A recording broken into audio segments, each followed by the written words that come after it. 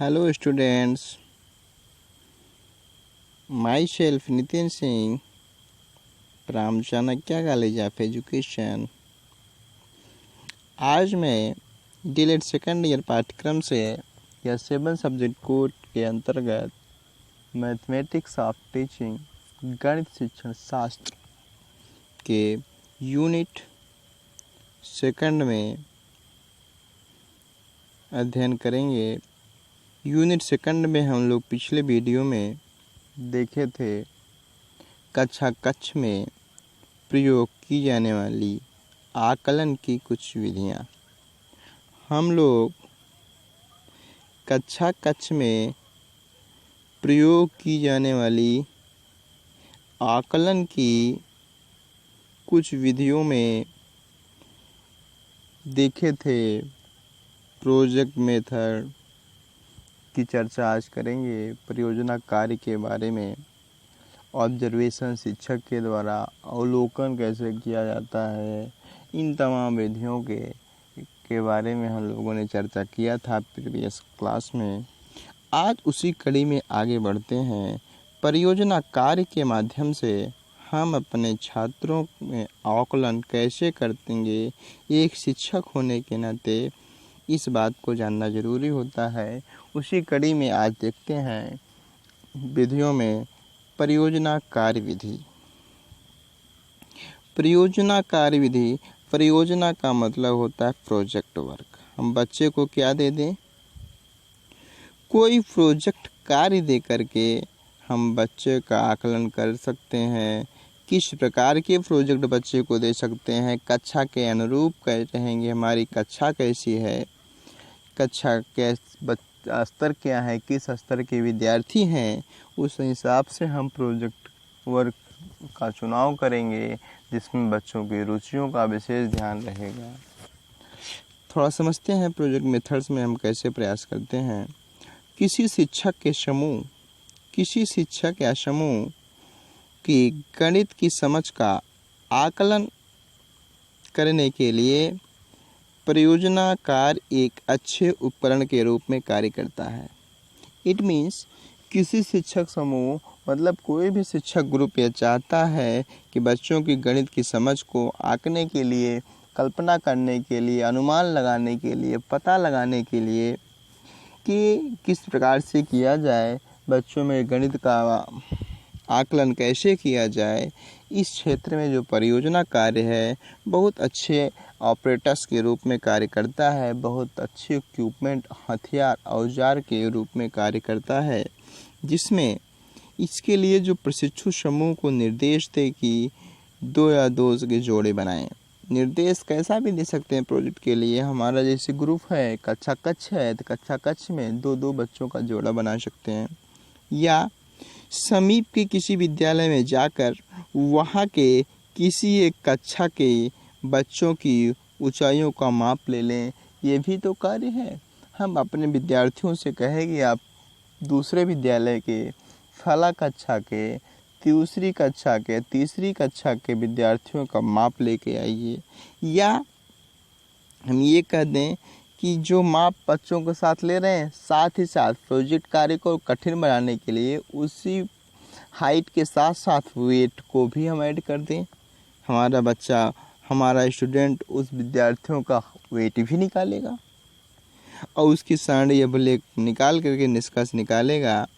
पहले ही निष्कर्ष कैसे निकाल देगा बच्चा कि कितने बच्चे सामान्य वजन अर्थात आदर्श वजन के अंतर्गत आते हैं। इट मीन्स एक एवरेज वेट होगा कक्षा कक्ष में, उस वेट के अंतर्गत कितने विद्यार्थी हैं या कितने विद्यार्थी ऐसे हैं जो एवरेज वेट से अधिक हैं, या ऐसे विद्यार्थी कितने हैं जो एवरेज वेट से कम है। इस प्रकार के आंकड़ा, इस प्रकार से बात बच्चे हमारे सामने प्रस्तुत कर सकते हैं। इस प्रकार से ग्रुप में भी हमारी बात को बच्चे समझा सकते हैं परियोजना के माध्यम से। ये ग्रुप जो इस प्रकार बना हुआ है, ठीक, 1 2 3 क्रम सीरियल हो गया, बच्चों का नाम देख रहे हैं, जैसे 1 2 3 के से हो गया, ये बच्चों का नाम इस कॉलम में, बच्चों की हाइट है, एवरेज हाइट क्या है, एवरेज वेट क्या है, सामान्य वेट नॉर्मल वेट कितना है, अधिक कितना हुआ, कम कितना हुआ। इस प्रकार से सभी बच्चों का एक रिकॉर्ड वर्क के रूप में, प्रोजेक्ट के रूप में बच्चा दिखा सकता है। ठीक। अच्छा, इसकी चर्चा आप कक्षा में करें कि हम यह कार्य क्यों करें, इस कार्य से हमें क्या लाभ होगा, बच्चों के लिए इस कार्य को क्यों बच्चा करे और बच्चे को इससे क्या लाभ होगा, ये बात आप कक्षा कक्ष में इसकी उपयोगिता के बारे में कक्षा कक्ष में चर्चा करें, इसकी समझ बच्चों में बनाएं। नेक्स्ट, इससे और बेहतर तरीके से कैसे किया जा सकता है, इसके बारे में भी आप कक्षा कक्ष में बात बच्चों के सामने कर सकते हैं। क्या समूह विशेष शिक्षक, पुरुष या महिला, बच्चे, लड़के, लड़कियां, अभिभावक, पुरुष, महिलाएं, इन सब का सैंपल कितना बड़ा लिया जाए। जो हम वेट वाली बात करें, सैंपल 50 विद्यार्थियों का लिया जाए, 25 विद्यार्थियों का लिया जाए, कितना बड़ा तैयार किया जाए, अभिलेख कैसे तैयार किया जाए, अभिलेख कैसे, हम डाटाबेस कैसे तैयार करेंगे, इन तमाम बिंदुओं पर हम इस बारे में चर्चा कर सकते हैं। ठीक। परियोजना कार्य में क्या क्या शामिल हो सकता है। परियोजना कार्य में स्व आकलन। जब कक्षा कक्ष में बच्चा परियोजना करता है, परियोजना के लिए विद्यार्थी शिक्षक कार्य देता है, तो इसमें क्या क्या शामिल होना चाहिए। स्व आकलन, सेल्फ असेसमेंट, बच्चा इससे अपना स्वयं का आकलन कर सकता है। समन्वय समूह में चर्चा भी कर सकता है, अपने समकक्ष विद्यार्थियों के समूह में उसकी चर्चा पर चर्चा कर सकता है। आपसी बातचीत के द्वारा कक्षा के अंदर या बाहर गणितीय अवधारणाओं को समझ बनाने के लिए विभिन्न प्रकार की परियोजना कार्य किए जा सकते हैं। आपसी समझ, आपसी बातचीत, विद्यार्थियों के द्वारा आपसी बातचीत के माध्यम से कक्षा के अंदर या कक्षा के बाहर गणितीय अवधारणाओं को, मैथमेटिकल कंसेप्ट को अंडरस्टैंडिंग बनाने के लिए परियोजना कार्य किया जा सकता है। परियोजना कार्य का चर्चा होना चाहिए। जैसे कक्षा की लंबाई, चौड़ाई, ऊंचाई मापकर बच्चों के बैठने की संख्या का आकलन लगा लेना। कोई कक्षा है, कितने मीटर लंबा है, कितना मीटर चौड़ा है, हाइट कितना है, इससे या मापन कर लेने से गेस कर लेना कि हमारी कक्षा में कितने बच्चों की स्ट्रेंथ होगी। ये गणितीय समझ की बात होती है। विद्यालय में उपलब्ध जमीन पर बागवानी से संबंधित परियोजना कार्य भी हम विद्यार्थियों को दे सकते हैं। एक शिक्षक होने के नाते परियोजना कार्य के आकलन हेतु मुख्य रूप से क्या क्या बिंदु ध्यान देने के लिए आवश्यक है, इस बात को भी देखना आवश्यक है।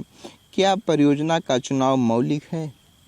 हम बच्चों का आकलन कर रहे हैं, जिस परियोजना को बच्चों के दिए हैं, जिस प्रोजेक्ट वर्क को बच्चों ने चयन किया है, क्या यह परियोजना मौलिक है, फंडामेंटल्स है। क्या परियोजना की क्या परियोजना की विषय वस्तु सार्थक है। हम जो इसका विषय वस्तु, उद्देश्य, ऑब्जेक्ट, कंटेंट बनाए हैं, क्या यह सार्थक है, सुटेबल है हमारे लिए। नेक्स्ट, क्या परियोजना वास्तविक जीवन से संबंधित है। जिस परियोजना की हम चर्चा कर रहे हैं बच्चों के लिए, प्रोजेक्ट वर्क के लिए, क्या यह दैनिक जीवन से, इनके वास्तविक जीवन से संबंध बनाता है, रिलेटेड है। ये भी होना जरूरी है। यदि ऐसा नहीं है तो परियोजना का कार्य उचित नहीं है। नेक्स्ट, क्या परियोजना बालक के परिवेश से जुड़ी है। हम जो परियोजना का चयन, जिस परियोजना के वर्क के लिए बच्चों को हमने दिया है, क्या उनके इन्वायरमेंट से कोरिलेट है, इन्वायरमेंट से संबंधित है कि नहीं है, इस बात को भी हमको समझना होता है। ऐसी हमारी परियोजना हो, ये हमारे इन्वायरमेंट से जुड़ी होनी चाहिए। नेक्स्ट, क्या परियोजना तथ्यों पर आधारित है कि हवाई में है। जिस परियोजना की बात हम कर रहे हैं, क्या वह परियोजना में कुछ फैक्ट्स हैं, कुछ अच्छी बातें आ रही हैं कि नहीं आ रही हैं, डाटाबेस मिला है कि नहीं मिला हुआ है। हमें ये भी ध्यान देना चाहिए आकलन करते समय परियोजना तथ्यों पर आधारित होना चाहिए, फैक्ट्स डाटा पे आधारित होना चाहिए, आंकड़ों पर, जिसका हम निष्कर्ष किसी सिस्टमेटिक मेथड से या स्टैटिस्टिकल फॉर्म में सांख्यिकी विधियों का प्रयोग करके सांख्यिकी के नियमों और सिद्धांतों के अनुसार उसको सरल करके हल करके उस आंकड़ा का हम निष्कर्ष निकाल सकें, परिणाम के रूप में व्याख्यायित कर सकें। नेक्स्ट, क्या परियोजना अवधारणाओं को स्पष्ट करने में की सहायक है? हम जिस प्रोजेक्ट या परियोजना की बात कर रहे हैं, क्या वो परियोजना हमारे कंसेप्ट को क्लियर कर दे रही है, कंसेप्ट को क्लियर करने में सहायक है कि नहीं है? इस बात को भी हमें ध्यान देने की ज़रूरत है और समझने की ज़रूरत है। एक शिक्षक होने के नाते बच्चे को जिस प्रोजेक्ट कार्य के लिए बच्चा दिया जाए, इस प्रोजेक्ट कार्य में क्या उनके अवधारणाओं को स्पष्ट करने में हेल्पफुल है कि नहीं है, ये भी बात समझनी चाहिए। नेक्स्ट, क्या परियोजनाओं के पूर्ण होने हेतु कोई योजना बनाई गई है कि नहीं है? हम जिस परियोजना की बात कर रहे हैं, जिस प्रोजेक्ट वर्क की बात कर रहे हैं, इसको कंप्लीट करने के लिए क्या कोई योजना बनाई गई है, योजना को फॉर्म किया गया है कि नहीं किया गया है? ये भी बातें हमारी परियोजना में आनी चाहिए कि हम जो कोई परियोजना डिजाइन करें, जो कोई प्रोजेक्ट वर्क में बच्चों को दें, उसमें कोई योजना बनाई गई है कि नहीं है, कोई योजना उसको कंप्लीट करने के लिए हमने प्लानिंग किया है कि नहीं किया है, इस बात को भी ध्यान देना चाहिए। नेक्स्ट, क्या परिणामों की व्याख्या सही रूप से की गई है? बच्चा ने जो असाइनमेंट, जो वर्क, प्रोजेक्ट वर्क कंप्लीट किया हुआ है, क्या इसका जो इंटरप्रिटेशन है, डाटा का जो व्याख्या दिया गया, डाटा का जो निष्कर्ष निकाला गया है, क्या यह सही है, सही ढंग से किया गया है कि नहीं है? इसमें परिवर्तन योग्य, सुधार योग्य कुछ जायज़ है या कुछ इसमें संशोधन किया जा सकता है, इस बात को भी हमें ध्यान देना चाहिए एक शिक्षक होने के नाते।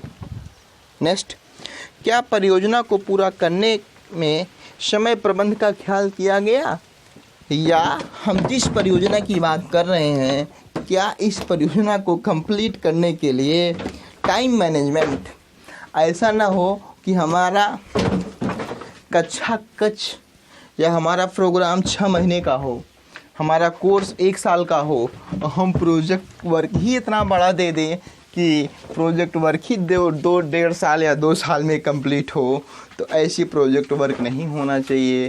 प्रोजेक्ट वर्क खासकर समय पर डिपेंडेंट होना चाहिए, समय का प्रबंध कर दे, हमारा प्रोजेक्ट वर्क समय के अनुसार होना चाहिए।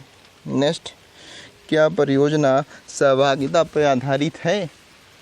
इस बात को भी ध्यान देना चाहिए कि जो हम परियोजना वर्क बच्चों को दे रहे हैं वो कोऑपरेटिव है कि नहीं है, वो सहभागी हो रही है कि नहीं हो रही है, अपने विद्यार्थियों में, छात्रों में सहभागिता की भावना को विकसित कर रही है कि नहीं कर रही है। इन तमाम बिंदुओं को दृष्टिगत देते हुए हम किसी प्रोजेक्ट का निर्माण करते हैं, प्रोजेक्ट वर्क का निर्माण करते हैं। आज इसी कड़ी में हम अपने कक्षा में प्रयोग की जाने वाली आकलन की विधियों के बारे में चर्चा किया। सबसे लास्ट पॉइंट था परियोजना वर्क, उसके माध्यम से हम कक्षा में आकलन कैसे करते हैं, जिसमें परियोजना कार्य के बारे में हम लोगों ने गहन अध्ययन किया। आज के लिए बस इतना ही। हम नेक्स्ट वीडियो में प्राथमिक स्तर पर गणित के संदर्भ में कंटिन्यूअस कम्प्रिहेंसिव इवैल्यूएशन, सतत व्यापक मूल्यांकन क्या है, इसके बारे में चर्चा करेंगे। आज के लिए इतना ही। Thank you class. हाँ, आपके लिए सूचना है, आप चैनल को लाइक सब्सक्राइब करें, चैनल को सब्सक्राइब करें, वीडियो को लाइक करें, अपने मित्रों को शेयर करें, जिससे कि वंचित सहपाठी कक्षा मित्र भी आपको इस वीडियो को देख सके। Thank you class.